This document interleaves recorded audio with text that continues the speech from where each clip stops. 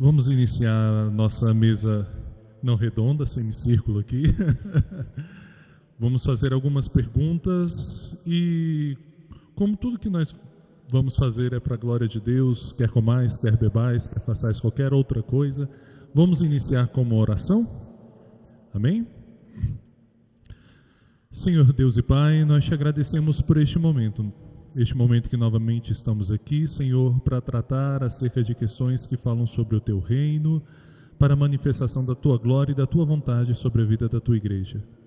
Tu que és o nosso bom pastor, Senhor, te pedimos que nos conduza em sabedoria, nos conduza em entendimento e que cada pergunta e resposta aqui, Senhor, mencionada, seja para a nossa edificação e o crescimento espiritual.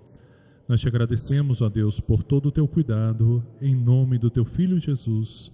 Amém.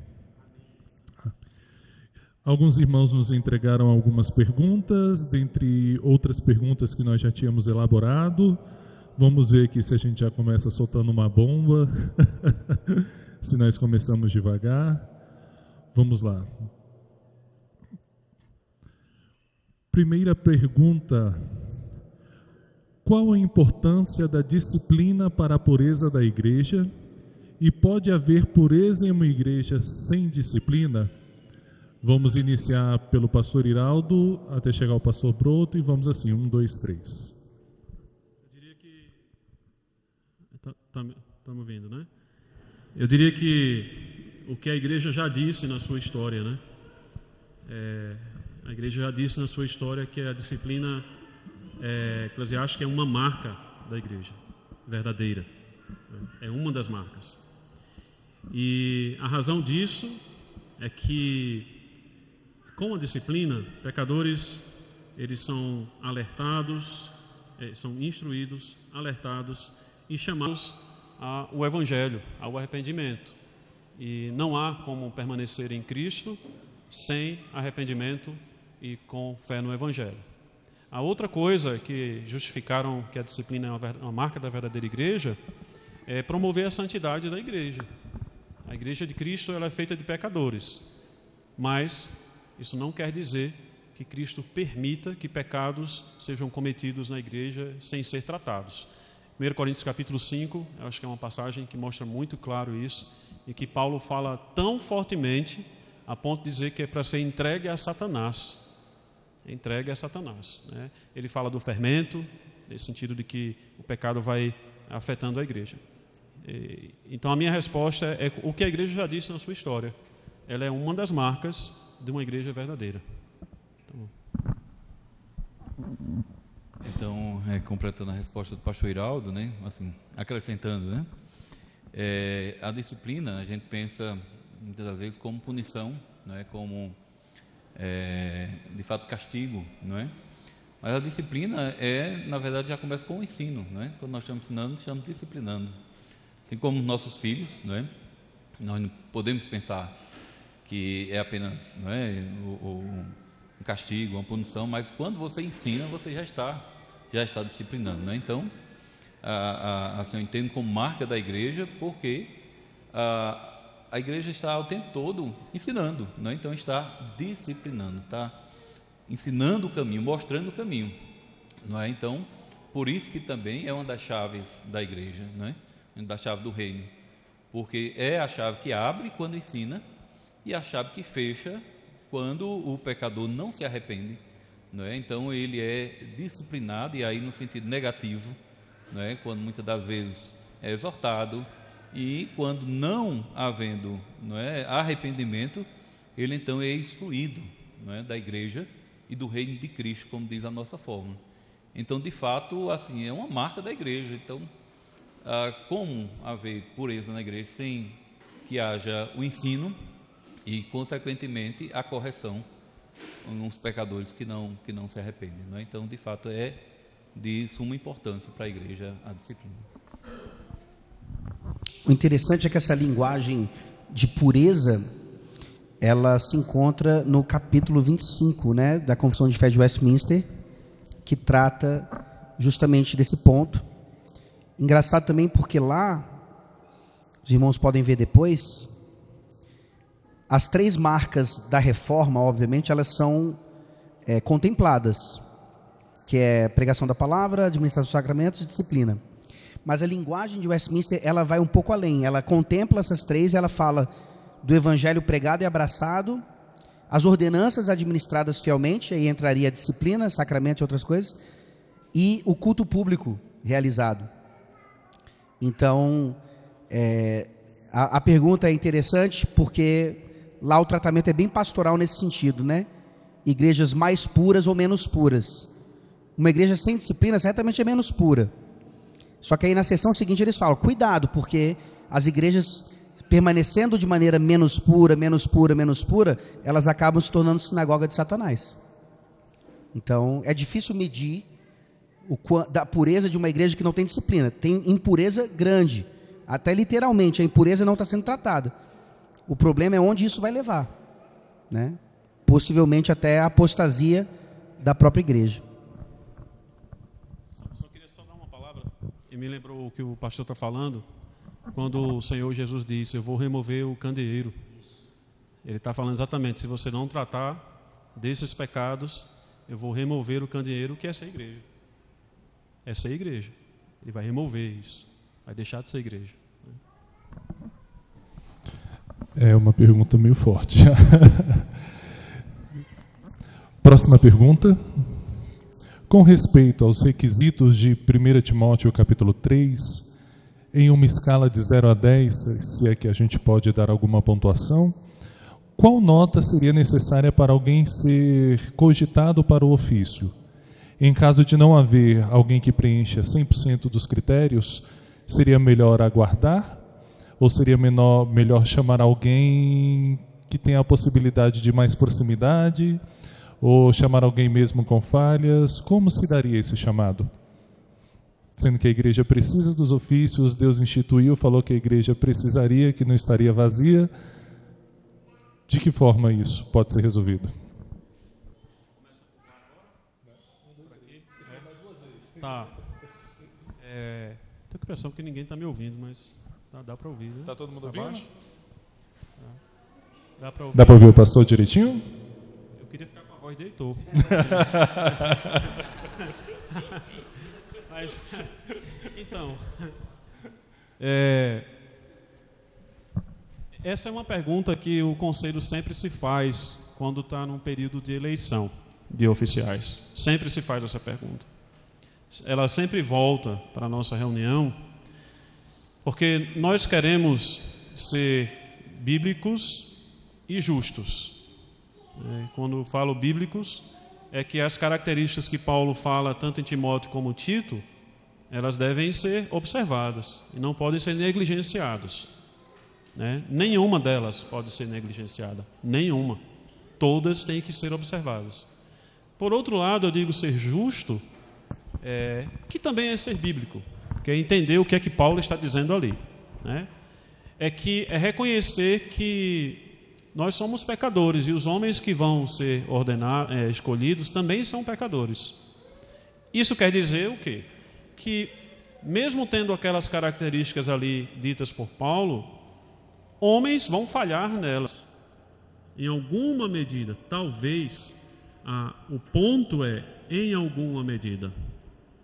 Porque é um excesso de ira, alguém que vai para o ministério da palavra, ou ser presbítero, enfim, diácono, ele pode ter. Isso não o desqualifica necessariamente, né? Mas, ao mesmo tempo, se há alguém que é tomado sempre por ira, ou por qualquer uma daquelas outras, que tem dificuldade com álcool, por exemplo, bebida alcoólica, que nós não consideramos que seja pecado em si, né? Beber bebida alcoólica, mas o estar bebendo como se fosse entregue àquilo, e ele não consegue colocar o freio nos momentos que são necessários, isso é prejudicial e ele é desqualificado para o ofício. Então eu acho, como eu disse, sempre volta, e nós temos a prática aqui na igreja, quando tem eleição, os nomes são colocados para o conselho, são indicados. Há uma reunião do conselho, nós passamos por cada nome que foi indicado, lemos a Bíblia, literalmente lemos a Bíblia, seja 1 Timóteo 3 ou Tito 1, lemos E aí olhamos cada nome, conversando, o conselho, cada um vai dar a sua opinião, cada um que está à mesa do conselho vai dar a sua opinião, olhando aquelas características e aquele nome. E no final nós temos uma decisão e escrevemos na ata por que ele foi aprovado e por que não foi aprovado. É sempre difícil essa discussão, porque sempre vai, mas ele precisa mais disso. Às vezes, por exemplo, a liderança do lar tem certas fraquezas na liderança do lar, mas aí nós pensamos, todos nós temos fraquezas na liderança do lar, que somos homens. Temos as brechas, as fraquezas, as coisas que precisam ser melhoradas. E então o que é que faz para ordenar um homem que tem fraquezas? Aí talvez eu volte ao ponto. Em qual medida é essa fraqueza? Essa medida da fraqueza é a tal ponto de que é algo tão visto e tão alastrado que fica como quase que uma marca da pessoa que tem dificuldades de conduzir o seu lar. Ou são fraquezas pontuais que não marcam a vida, aquele homem. E aí, nesse momento é que a gente diz, não marca. Tem algumas fraquezas aqui e acolá, mas isso, no geral, ele mostra que é alguém que cuida da sua casa. Ou mostra que ele é alguém que ele tem certo controle da sua ira, ele não é entregue à sua ira, né? Ou todas as outras coisas. E aí eu acho que aí vamos tomando essa decisão com base mais nisso, né? Nessas características. Eu diria assim, é difícil dar uma nota, tem que ser 10. O que é que você quer dizer com 10? É que ele nunca pecou e não vai pecar contra aquelas características ali, ele nunca vai fazer alguma coisa que diz ali aquelas características. Se 10 é isso, eu diria, não existe esse 10, né? Existe o 7, que pode passar. Eu diria assim, ele vai passar, né? Porque ele não foi reprovado, embora ele errou alguma questão. Ele errou 1, 2, 3 questões, mas ele passou na prova. Eu diria aí um 7 ou 8, né? Eu não sei mais o que completar, que o pastor já disse tudo. Sei o que dizer mais. Mas tudo bem.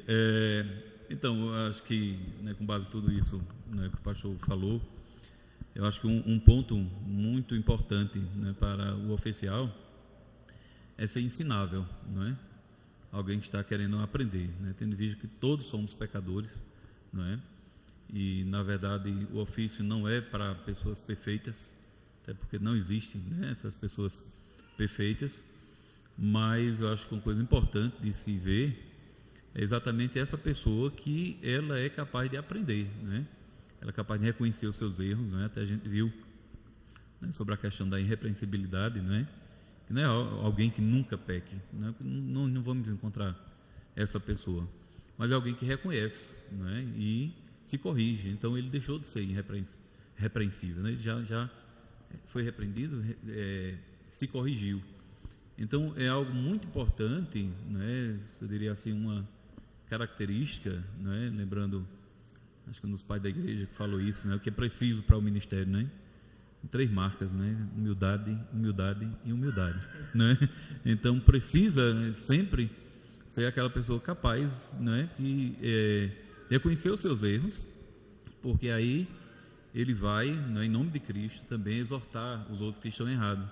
E quando ele vai fazer isso, ele não vai fazer isso com base na sua vida, não é assim, o seu testemunho que vai contar quando ele vai exortar, não é repreender, que às vezes a gente vê essa fraqueza, mas eu também tenho eu também tenho essa fraqueza. Mas o oficial, ele vai em nome de Cristo, não é, repreender com base na palavra, não é? Então, voltando à pergunta, né, eu também concordo que nós temos o alvo, temos um alvo que é bem alto, né? O nosso alvo é Cristo, então a perfeição é Cristo, mas como discípulos e como, não é, oficiais, então nós somos essas pessoas que estamos aprendendo, e a própria experiência, né, como também ouvimos nesses dias, que o oficial ele não se faz de um dia para a noite, né? Porque ele é alguém que tem os dons, mas esses dons precisam ser aperfeiçoados, precisam ser trabalhados. Então, eu concordo com o pastor Iraldo, né? Vai ser aquele aluno que ele vai passar na média, não é? E que vai continuar aprendendo, né? Acho que esse é a marca do discípulo, né? Ele está sempre aprendendo. Eu acho que cabe aquela ilustração que o pastor Iraldo falou a respeito de não andar, né, ou não continuar naquilo, ou ser tido como uma pessoa iracunda, que é uma viagem daqui para Recife de carro. Vocês foram de carro? Então, a cada 100 km você cai no buraco e fura o pneu. Tum, tum, tum, tum, tum, tum. Ou você pode ir, eventualmente, uma furada de pneu.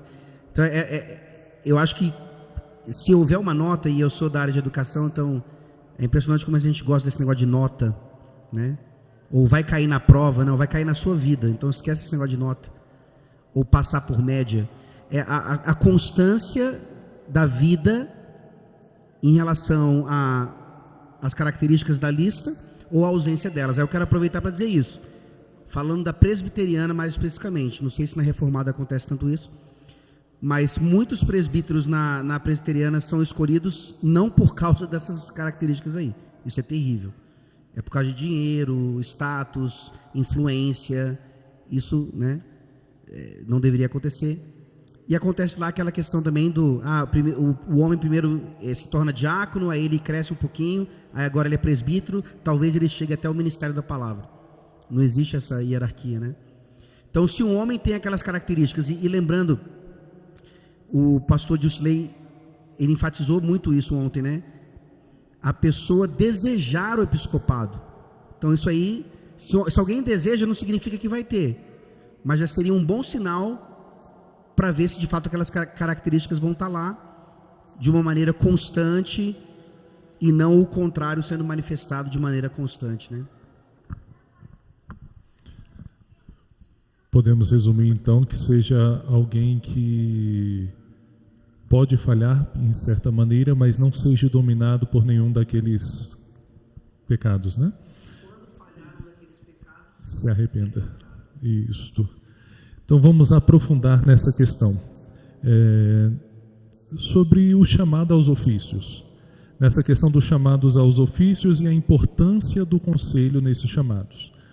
Porque nós temos alguns irmãos que muitas vezes se destacam, talvez pela maneira de falar, talvez por serem populares, conversarem com todos, e a igreja olhar assim e falar, não, esse irmão pode ser um bom candidato, mas às vezes na vida do irmão, o irmão tem dificuldades em algumas áreas, o irmão tem algumas dificuldades que precisam ser tratadas.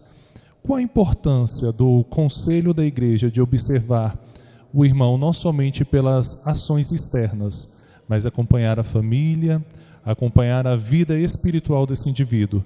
Seria a perspectiva do chamado externo? E como o conselho auxilia ele no seu chamado interno? O que o pastor já falou, pastor Rodrigo, de um chamado interno é metade do caminho. A outra metade é exatamente esse chamado externo, que comumente falamos, né? Que é a igreja observar e chamar.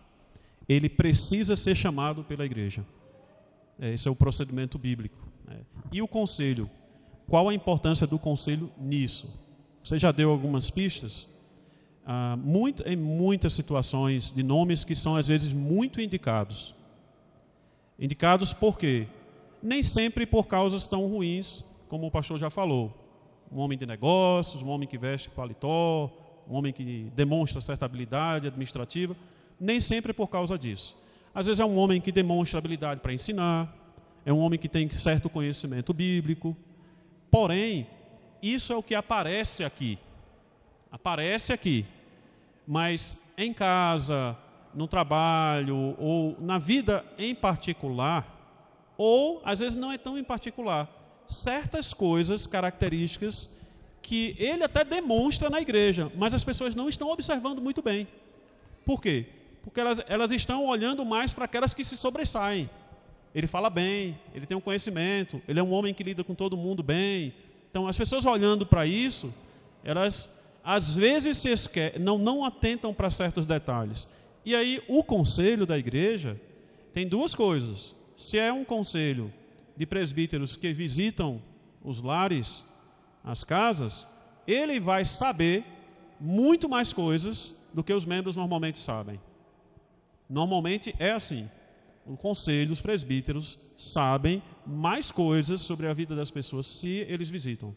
Mais coisas do que, em geral, a congregação sabe. Isso já é um ponto importante para dizer, tem que passar pela avaliação do conselho. Tem que passar. Outro ponto é que o conselho, os presbíteros, eles geralmente estão atentos a esses detalhes que a igreja não está. E que, às vezes, a igreja passa batido, né? Como é que ele lida com a esposa? Como é que ele lida com os filhos? Como é que ele lida com as outras pessoas? Ele participa das coisas da igreja? Às vezes, a igreja está olhando mais assim, para aquilo que é tão visível nele. Mas esquece que tem outras coisas que são necessárias. E aí o conselho, naquele momento, ele avalia isso. O que fecha, que eu acho isso? É que Paulo fala para não colocar as mãos precipitadamente sobre alguém. Ele está falando de ordenação. Alguém que vai ser ordenado pelo presbitério, né? Os presbíteros da igreja. Não é para pôr a mão sobre ele de maneira precipitada. Isso indica claramente que o conselho tem o papel de avaliar e aprovar ou não quem vai ser ordenado. Ele deve fazer isso. Então, isso nos mostra, né, que às vezes nós queremos, na igreja, temos uma expectativa, vamos dizer assim, de uma política, não é, nesse aspecto. E não é político, não é? Então a gente tem que entender que a igreja não é a democracia, né? Porque às vezes, mas tem tanta gente indicando esse irmão, tem tanta gente querendo que aquele irmão. Só que nós temos que entender que nós confessamos o quê? Que o governo da igreja, ele é Cristo que governa a sua igreja por meio dos oficiais. Então, assim, a igreja precisa confiar nos seus oficiais e saber que quando, né, um nome é rejeitado, por exemplo, não é que aquele irmão não venha poder servir nunca, não é? Mas que talvez naquele momento não seja. Às vezes o irmão está passando por um momento difícil e, como o pastor Iraldo disse, o conselho ele está acompanhando, ele sabe. Então a igreja precisa confiar, né, na providência de Deus, é claro, e no governo de Cristo, que governa a sua igreja por meio dos oficiais. E se os oficiais estão dizendo não naquele momento, a igreja precisa entender, né, que alguma coisa, alguém pode dizer, não, mas ele não sabe nada de errado desse irmão. Que bom que não sabe, então significa que não está tendo fofoca na igreja, não é? Porque são coisas, irmão, do fardo do ofício é exatamente você saber tanta coisa da vida de tantos irmãos, não é? E você não pode passar isso adiante. Então, muitas das vezes, aquele irmão está em alguma, vamos dizer, passando por alguma luta, alguma dificuldade, alguma provação, e o conselho vai analisar e diz, não, esse não é um bom momento, por exemplo, né? Acrescentando ao que tu já foi dito, não é? E se é alguém, né, que tem todas as condições, então a igreja pode ficar descansada que haverá outras oportunidades para aquela pessoa servir. Eu estou pensando só no caso de quando o conselho reprova algum nome, não é? E acima de tudo, irmão, saber que Cristo governa a sua igreja, não é? Então é Cristo que conduz todo o processo, né, em colocar os irmãos, em colocar o desejo no coração daquele irmão de servir, em mostrar à igreja os dons daquele irmão, não é? E o conselho, então, ele dá essa palavra final, porque exatamente isso, ele tem mais conhecimento, né? O conselho deve, né, acompanhar os seus oficiais. Os primeiros que precisam ser tratados, né, são os oficiais e os candidatos a oficialato, né? Então, são pessoas, são ovelhas, como já disse, são ovelhas ensinadas, então eles estão aprendendo, e o conselho deve perceber esse crescimento, né, esse crescimento na fé. Então, às vezes, o irmão, digamos, aparentemente está pronto, mas talvez precise de algo mais.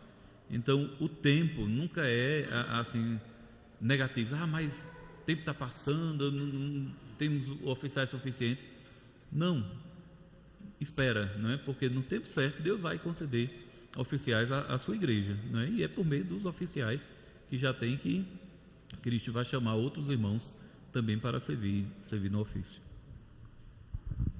No mínimo, o conselho serve como um filtro, que mostra, inclusive, o quão humilde é a pessoa ao receber a notícia. Olha, você foi bem indicado pela igreja, mas veja isso aqui. Deixa eu dar um exemplo de vida real. Numa igreja presbiteriana, eu só falo das igrejas presbiterianas, tá, gente? Pode também falar, né? numa igreja presbiteriana, houve lá a indicação, o conselho determinou o processo, houve a indicação, teve um rapaz que queria muito ser presbítero, pelas razões muito erradas, mas ele não foi nem indicado. Só que teve um outro que era diácono e resolveu ir para o presbiterato e bateu na trave em termos de indicação. Teve uma questão lá de família, que era suspeito, não podia votar e tal. Enfim, também não foi considerado como nome, só que esse outro tomou as dores desse. E, resumo da história, ele queria ser presbítero, tá? Ele tomou as dores, houve confusão na igreja, a família dele saiu, eles montaram a própria igreja agora, com auxílio de uma outra igreja lá de esquina, e ele já foi ordenado pastor nessa igreja. E hoje ele revela publicamente que é contra o batismo infantil. Aí perguntaram para ele, mas você queria ser presbítero na presbiteriana? Você ia contra isso? Ah não, eu estava fazendo aquilo por conveniência.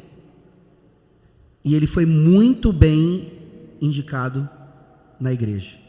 Então só aí já mostra na prática, né, o quanto o conselho fala, opa, peraí, ele não recebeu nem indicação, mas só tomando as dores do outro que chegou bem pertinho e achou que o conselho estava manipulando, não sei o que, tarará.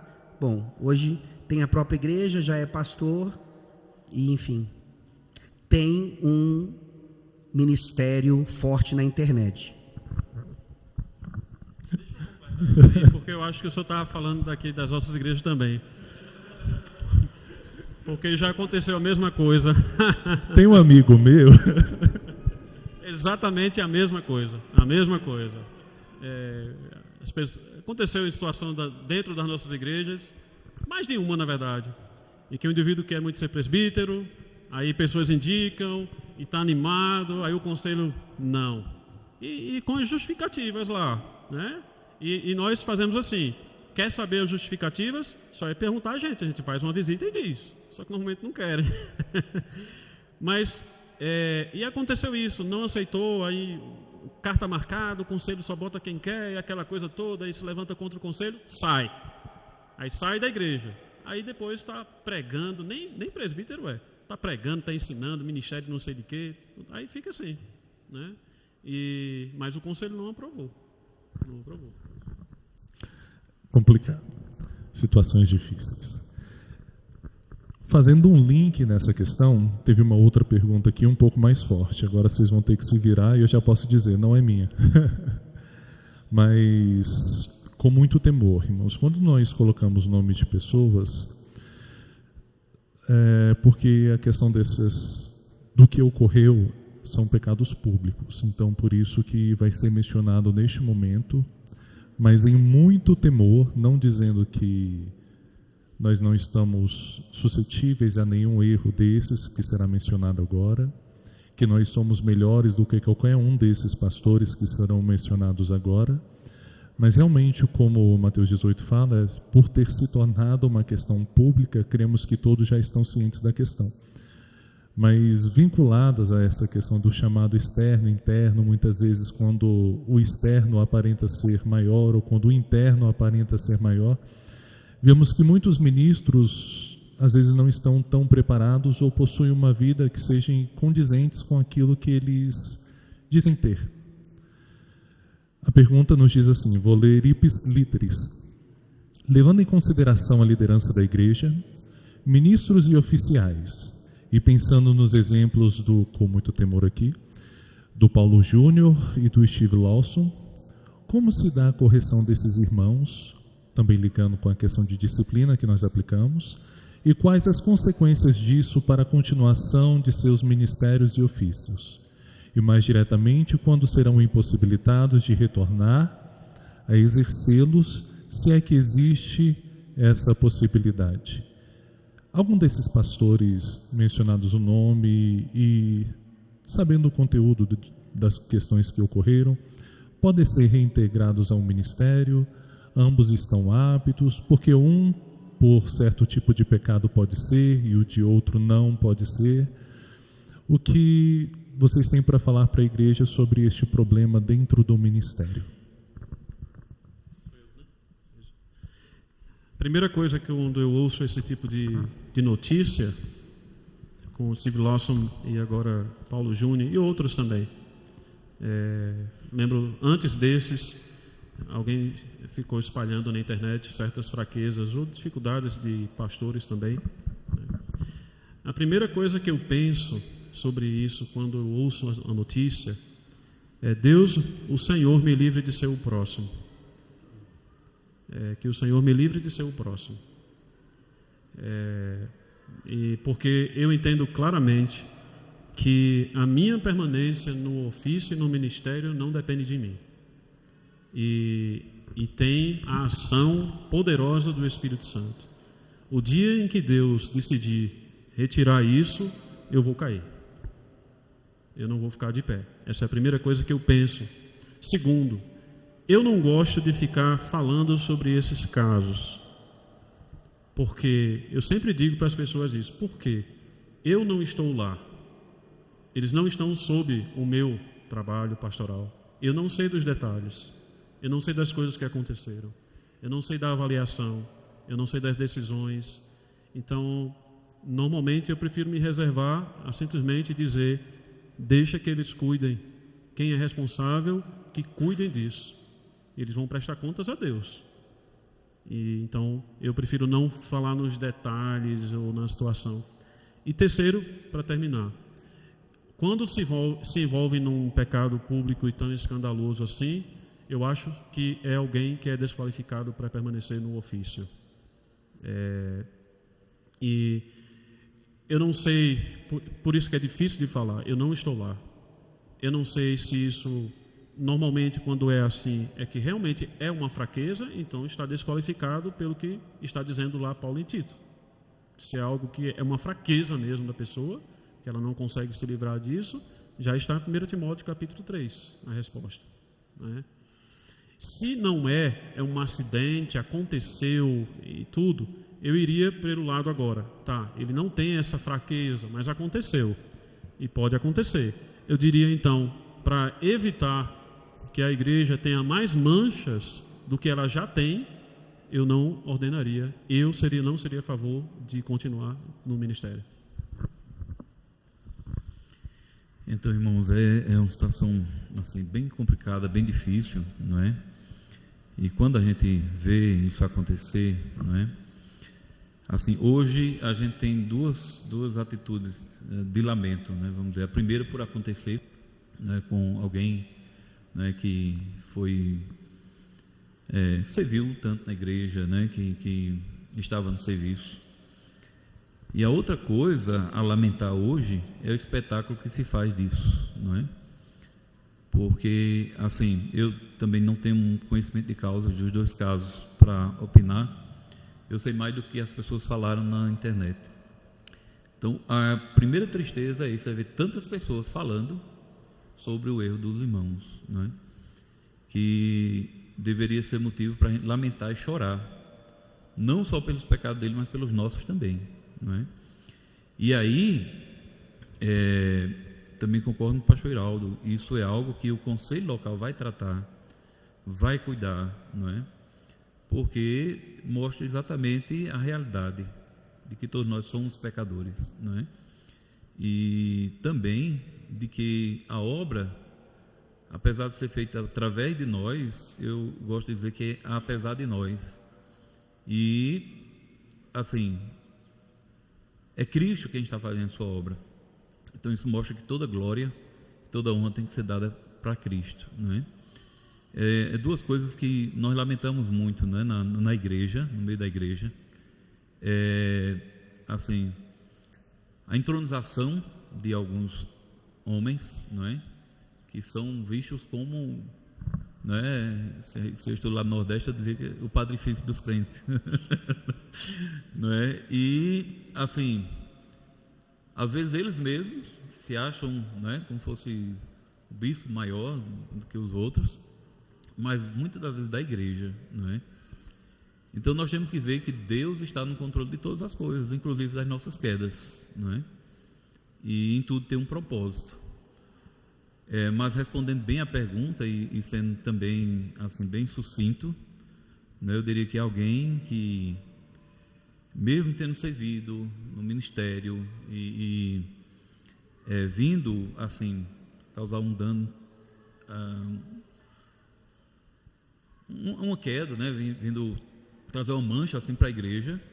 Então eu diria que mesmo que ele tenha sido apto para o ministério, mas eu acredito que ele tornou-se agora inapto, né? Então, entendendo que Jesus disse que a melhor coisa, né, é você ganhar a sua alma, né, porque de que adianta ganhar o mundo inteiro e perder a sua alma.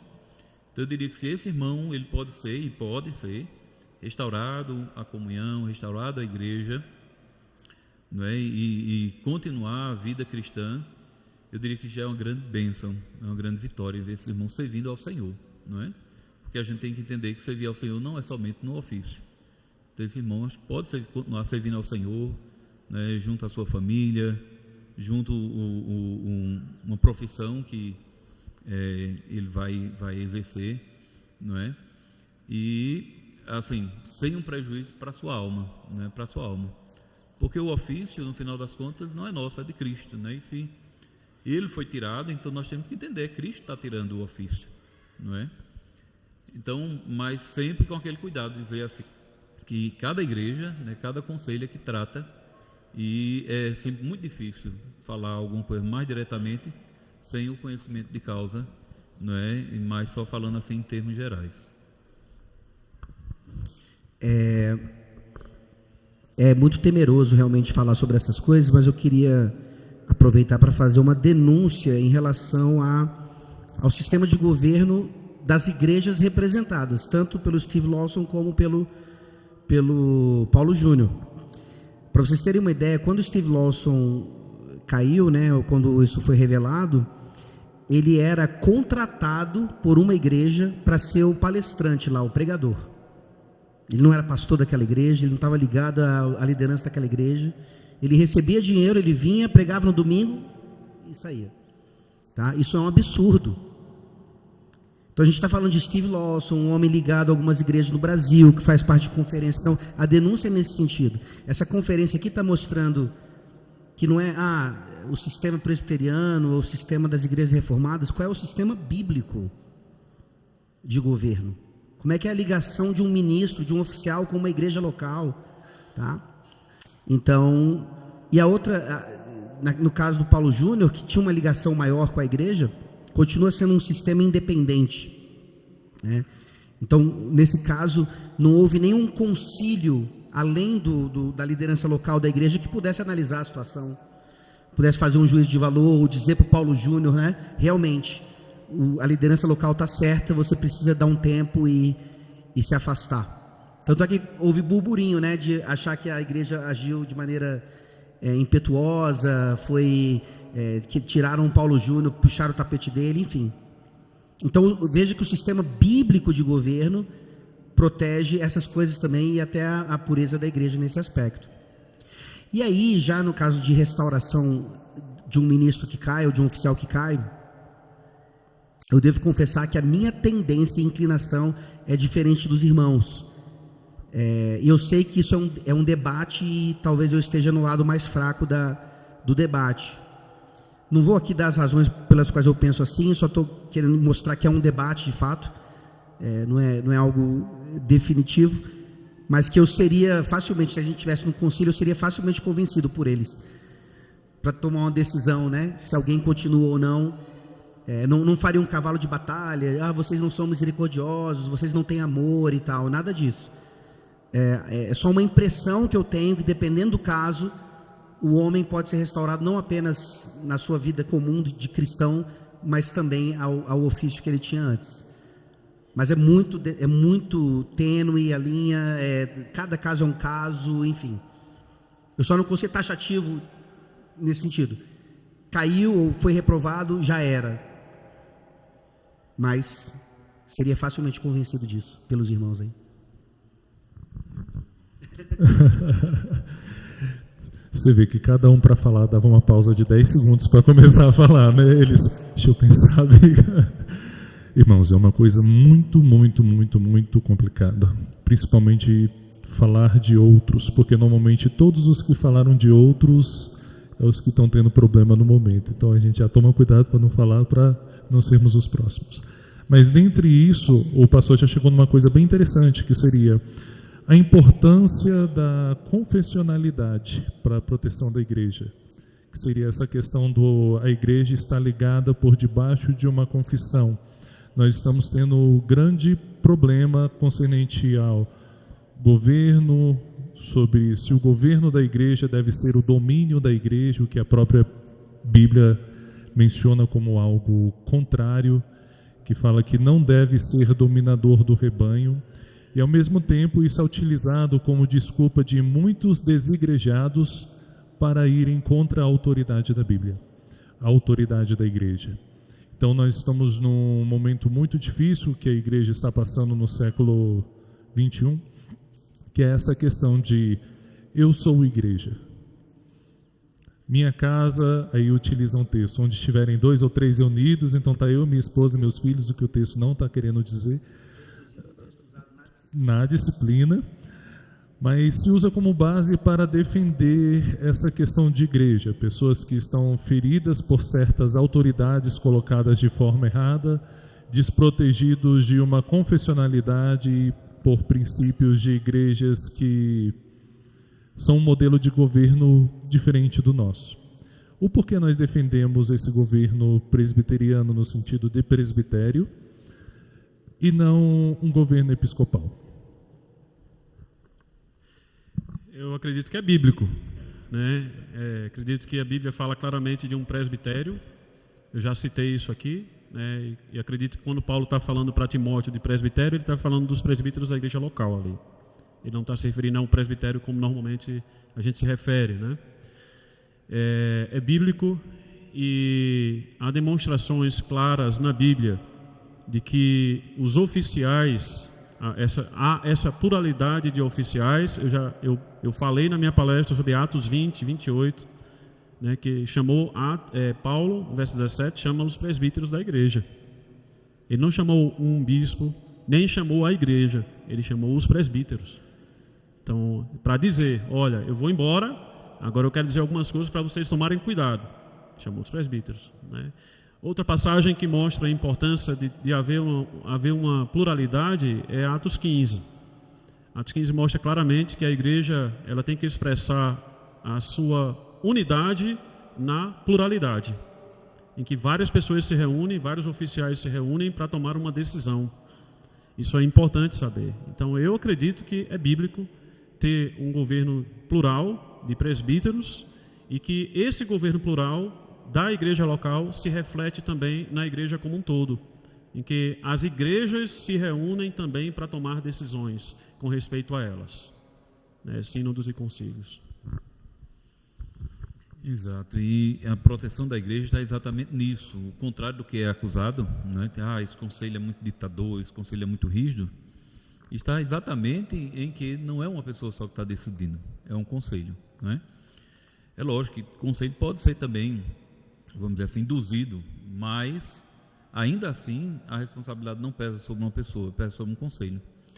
Isso é muito importante na nossa confessionalidade, porque protege a igreja, né, de pastores ditadores, né? Protege o pastor também, que é uma coisa que quase não se fala, né? Pastor de membros também, né, autoritários, né? Por que é que um membro sai da igreja, por exemplo, não concorda com o conselho, sai da igreja e, por exemplo, inicia uma igreja? Veja, eu acho que no mínimo ali tem uma pessoa que tem uma opinião bem forte, né? Que não é capaz de ser convencido pelo conselho, não é capaz de ser convencido pela confessionalidade de tantos anos, né, que a igreja confessa daquela maneira. Então, assim, é também uma coisa muito triste que a gente vê, especialmente a partir do século 21, não é? Que é essa coisa que parece que as pessoas estão descobrindo a roda, não é? Não é possível ser igreja sem ter um líder. Mas aí se reúne na casa do irmão João, vamos dizer, e ali o irmão João chama as pessoas, o irmão João diz o horário que vai se reunir, o irmão João diz o tipo de canto que vai ter, então acaba ao combater um sistema, criando-se outro sistema, não é? E é o que a gente vê por aí, né? Pastores presbiterianos saíram e criaram o seu sistema, não é? Eu estou dizendo presbiteriano só porque é um que é mais conhecido, né? Mas também outros, né? Então, lembrando desse daí, Mas assim, irmãos, eu vejo realmente é um ataque de Satanás, né, quebrando a unidade da igreja, que nós somos chamados para ser um, não é? E esses ditos desigrejados, não é? Eu acho que realmente eles devem estar fora da igreja, porque eles não fazem parte da igreja, não é? Eles nunca fizeram parte, como diz João, sair do nosso meio porque não era dos nossos. Porque o crente, né, ele deve ser humilde, ele deve se submeter à liderança, porque somente alguém que é capaz de ser liderado, somente alguém que é capaz de ser ensinado, é alguém que é capaz também de liderar, não é? Então, uma pessoa que mostra que não se submete à liderança, não é? Que não respeita aqueles a quem Cristo chamou e constituiu como bispos, como pastores da igreja, então, de fato, esse deve sair da igreja mesmo, porque eles não são igreja, né? Eles são sinagogas de Satanás, que querem dividir a igreja, né? Que causam grande mal à igreja, né? Então, é lamentável, e o chamado para eles é que eles se arrependam e que voltem para a igreja, que se reconciliem com Cristo, que se reconciliem com seus pastores, porque a divisão que eles causam, eles estão servindo a Satanás, estão a serviço de Satanás e não do reino de Deus, porque o reino de Deus ele cresce unido e para a glória de Deus, não para a glória de A ou de B. Tem um outro capítulo na Confissão de Fé de Westminster que fala sobre sínodos e concílios, e lá diz que os concílios podem errar e têm errado, isso é fato, mas não é por isso que nós deixamos de fazer o que é bíblico, né? Então, obviamente, não defendemos uma decisão, um sistema onde o concílio acaba virando uma espécie de papa, né? O concílio falou, pronto, acabou. Não, tem que ser bíblico, tem que ser confessional. E é interessante o que o pastor Iraldo falou, estava nas palavras que ele usou, mas só para deixar bem claro, é uma pluralidade com paridade. Por que eu digo isso? Eu aprendi recentemente, não sabia que tinha, dentro desses sistemas todos, conheci uma pessoa recentemente que também tem a própria denominação agora,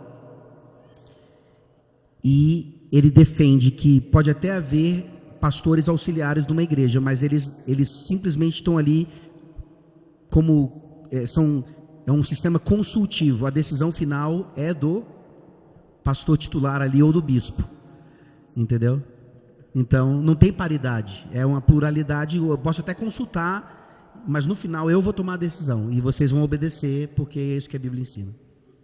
Ele diz isso, mas o que a Bíblia ensina é a pluralidade com paridade, desde a antiga aliança, e na nova aliança isso continua de maneira ainda mais plena, né? Com a vinda do Supremo Pastor. Muito complicado essas questões.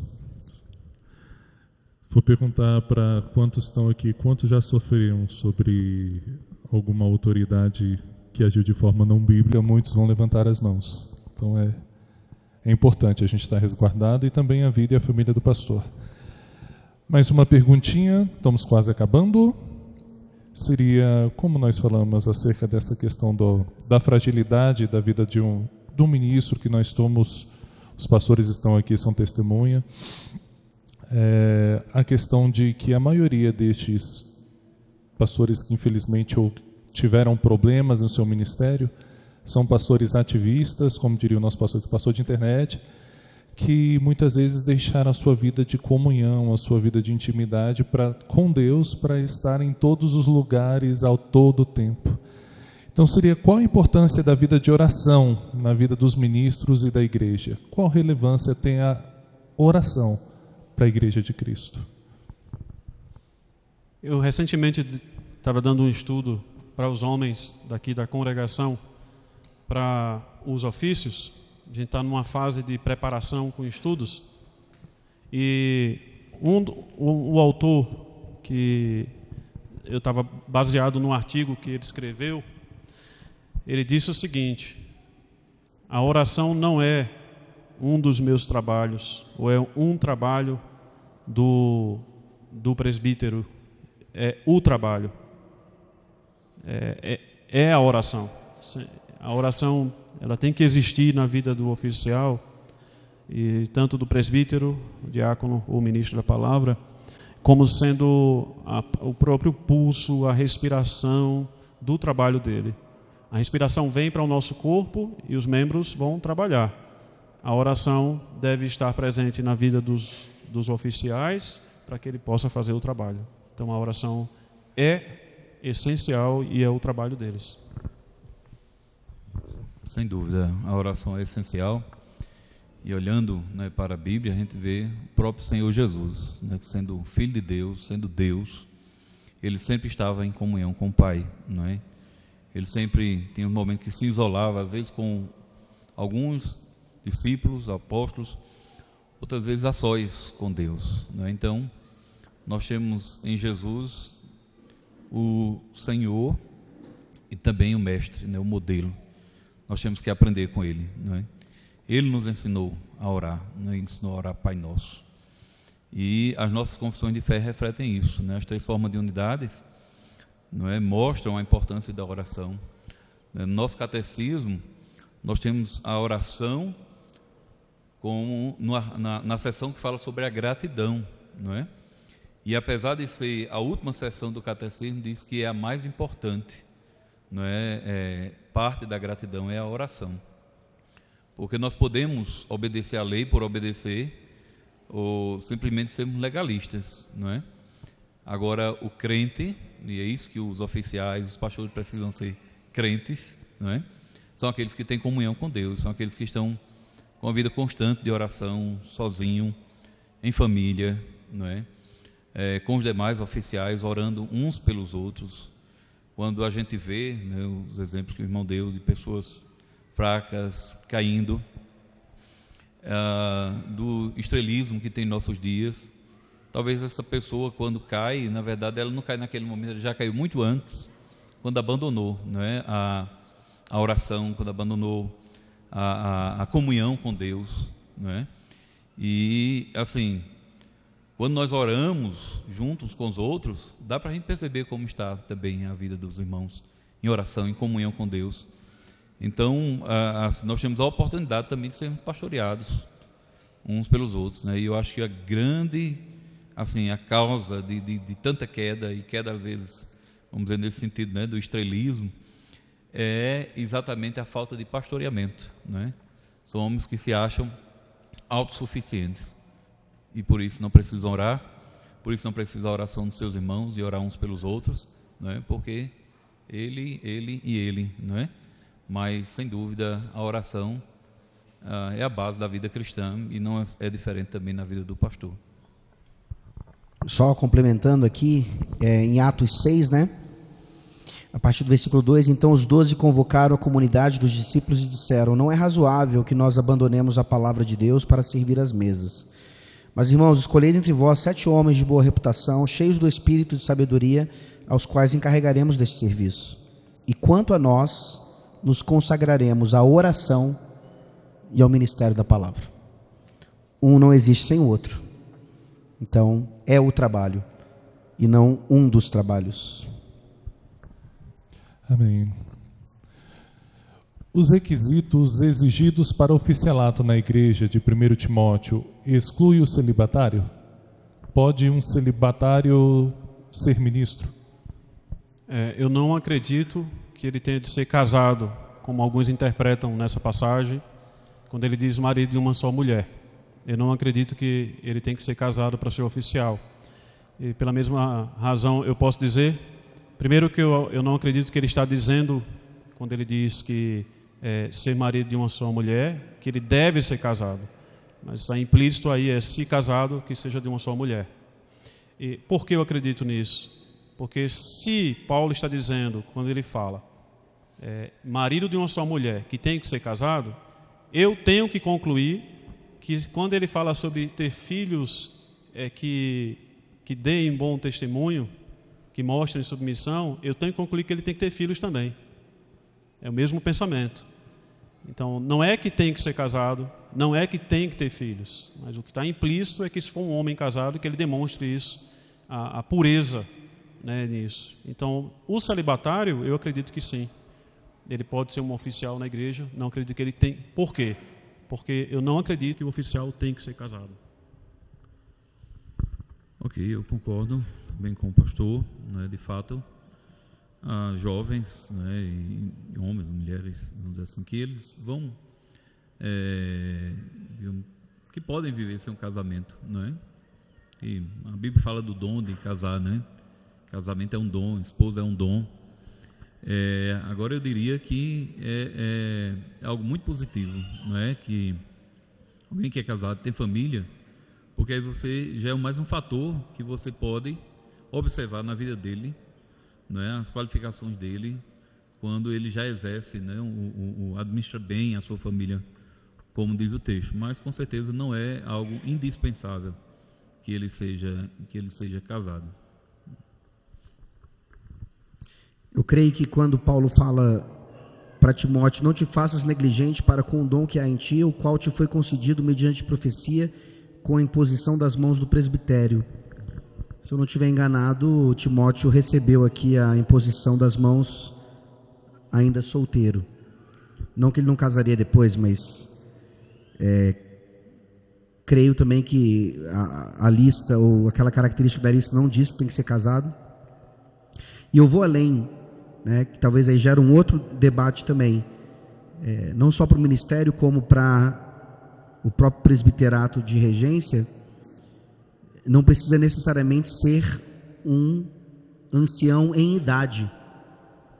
Um jovem maduro, ainda não casado, se preencher os requisitos, pode ser indicado e confirmado pelo conselho e eleito como presbítero ou diácono da igreja.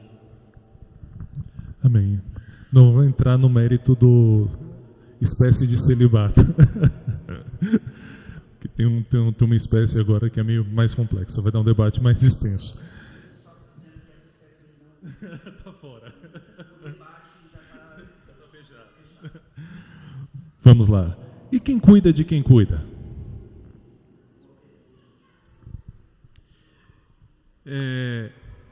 Volto mais uma vez, como o Senhor, Ele é cuidadoso para com aqueles a quem Ele envia, porque Ele estabeleceu um conselho com mais de um, justamente para que não só cuidasse com sabedoria da igreja, mas que cuidasse também dos que cuidam.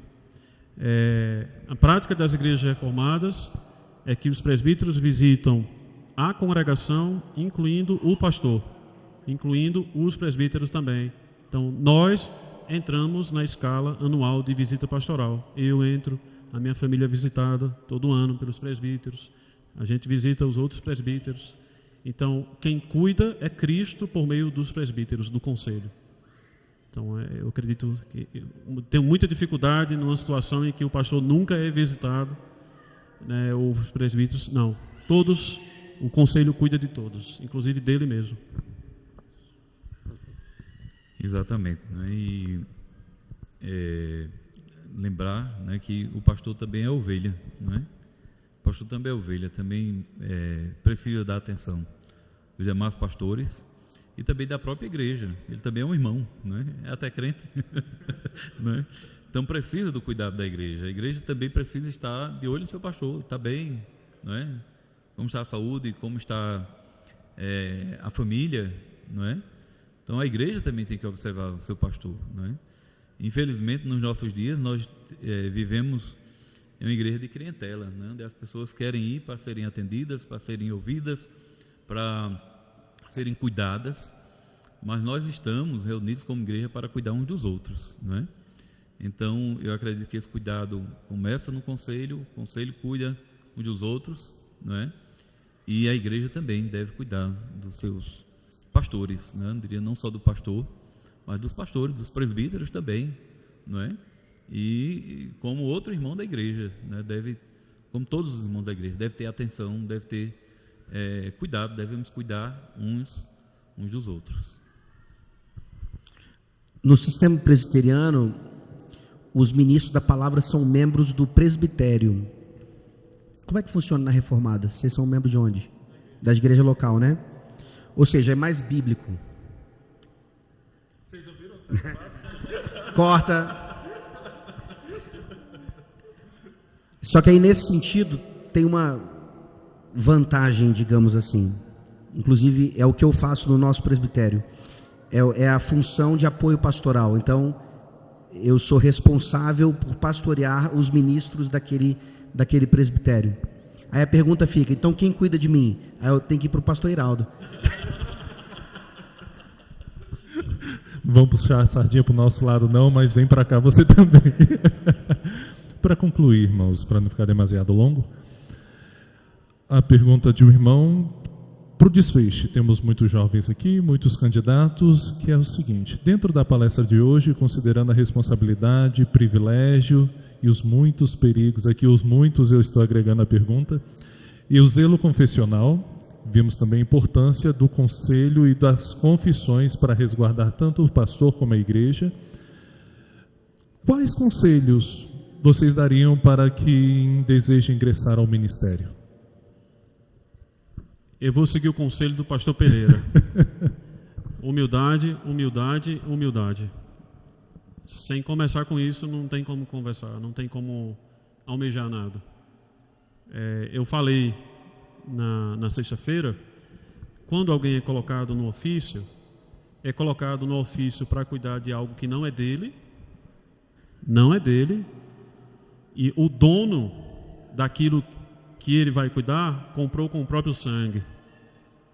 Então ele vai requerer isso. Então a primeira coisa é: não é meu, isso não é meu, a igreja não é minha, não sou eu que tomo as decisões aqui. Eu não estou entrando porque eu quero algum tipo de destaque, ou que eu quero alguma coisa. Não. Humildade, humildade, humildade. E trabalho. É trabalho mesmo. Tem que trabalhar. É um trabalho, um ofício. Tem que fazer. Com todas as dificuldades que a gente tem na vida, todos nós temos, de tempo, de esforço, às vezes fases da vida que são difíceis.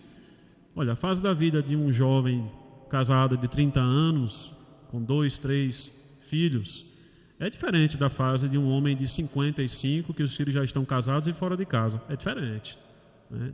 A gente precisa ter esse entendimento. São fases diferentes. E os dois podem servir no mesmo ofício, mas com pesos diferentes. Mas tem trabalho. E eu digo isso querendo encorajar. Tem trabalho? Tem. Mas venha pelo Senhor Jesus, que fez muito mais. Muito mais. Ele deu a vida dele. Venha e derrame o seu sangue, o seu suor pela igreja. Ele derramou o sangue por ela. E ele não chama pessoas para ficar com... Não vou fazer isso, não. Vem trabalhar. Vem servir. E junto com outros. Sem dúvida. Eu acho que a base para servir é exatamente reconhecer, né, que o Senhor, sendo Filho de Deus, se fez servo, não é? Então, cada um de nós somos chamados a servir, não é? Alguns são chamados a servir no ministério, no ofício, mas todos são chamados a servir, não é? Ninguém está na igreja para não fazer nada, para somente, né, ser um cliente da igreja. Não, a igreja é um corpo vivo, de membros vivos, né, que serve uns aos outros, não é? E se ainda assim, servindo, e eu acho que realmente só deve ser elevado, chamado ao ministério aqueles que já estão servindo de alguma forma, não é, que a igreja reconhece nele o dom, não é? Então, assim, essa pessoa, ela deve servir estando no ofício ou não é? Eu acho que é uma marca muito importante, né, para reconhecer alguém que tem um dom, é que ele já serve independente do ofício. Ele já cuida, ele já se preocupa com o irmão que não vem ao culto, ele se preocupa com o idoso, ele se preocupa com a criança, não é? Como irmão, não é? Como irmão, nós somos uma família. Então, se meu irmão não vem no culto, eu não tenho que esperar que os oficiais chamem, não tenho que esperar que o pastor nem notou, nem ligou para fulano. Ligue o irmão, não é? A irmã. Nós somos membros uns dos outros. Então, servir na igreja, servir como oficial, é uma continuação do serviço que nós já temos e devemos ter constantemente, né? Não precisa um ofício para servir. Você serve, você está chamado, Cristo lhe chamou, foi para servir, não é? Porque ele deu o exemplo dele, sendo filho de Deus, se fez servo. Então você também, cada um de nós, não é, somos chamados a servir. E se você, não é, tem dons, se a igreja reconhece, Então veja nisso uma grande graça, como diz Paulo, né? Pela graça de Deus eu sou o que sou. Então não é questão de status, não é questão de posição na igreja, porque eu queria ser um presbítero, porque eu quero ser um presbítero. Não, é graça, é misericórdia, né? Então é de fato uma bênção poder servir. Agora não espere servir somente no ofício, não é? Sirva, e aí se for da vontade, do propósito de Deus, que pode servir também em um ofício. Lembrando que, de acordo com as ordenanças do Senhor, todos os homens numa igreja, e somente homens, são oficiais em potencial. Isso não significa que um homem que sirva bem na igreja, ele tenha que ser diácono ou presbítero. E caso haja, então, essa inclinação, pela razão correta, buscar na multidão dos conselheiros, né? Ter discernimento sobre isso e confirmação também. Acho que, de uma maneira bem prática, seria talvez um tipo de discipulado mais específico para testar dons e ver se, de fato, há um chamado para o oficialato especificamente. E para o ministério, mais especificamente, Spurgeon dizia de maneira exagerada, né? Mas ele falava, se você foi chamado para fazer qualquer outra coisa, não vá para o ministério. Querendo dizer assim, não é que o ministério é um refúgio, não. Muita gente tem isso, né? Não passei no vestibular para medicina, então eu vou para o seminário. Só vá para o ministério se realmente for a sua vocação primordial. Porque o trabalho é grande. E é o mais glorioso de todos. Amém. E entrar na pergunta porque o ministro deve ser homem, mas já está bom. Irmãos, agradeço a todos que permaneceram aqui até esta hora. Sei que os irmãos já devem estar com bastante fome. Obrigado por terem participado do congresso. À noite vai ter mais. E gostaria de convidar você nessa manhã a nós curvarmos a nossa cabeça e orarmos por estes pastores que aqui estão, para que Deus os abençoe, os fortaleça, os guarde na caminhada, sendo perseverantes e guardando os passos deles, para que eles não tropecem, para que a serpente não os pique no decorrer do caminho e sejam contaminados por tudo isso que está no evangelicalismo moderno, para que Deus os guarde realmente. Amém? Senhor nosso Deus, nós te agradecemos novamente, Deus, por essa oportunidade e nos apresentamos diante a Ti, Senhor, com confiança diante do trono da graça, mas com o coração repleto de temor.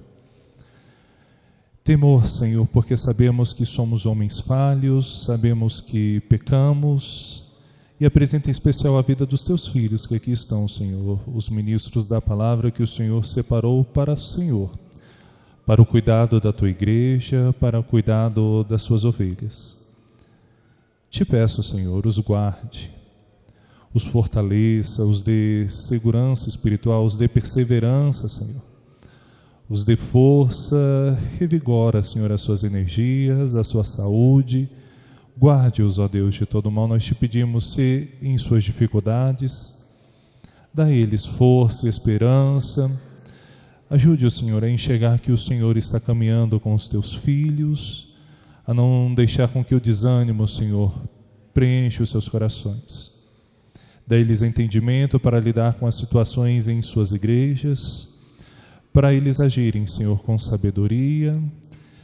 Guarda suas famílias, ó Senhor, nós te pedimos. É o que estamos nessa manhã aqui, Deus, instruindo aos teus filhos que têm também desejo ao ministério. Prepara a tua igreja, guarda a tua igreja, fortalece, Senhor, é o que te pedimos nessa manhã. Despede cada um dos teus filhos em paz às suas casas, em nome do teu Filho Jesus. Amém.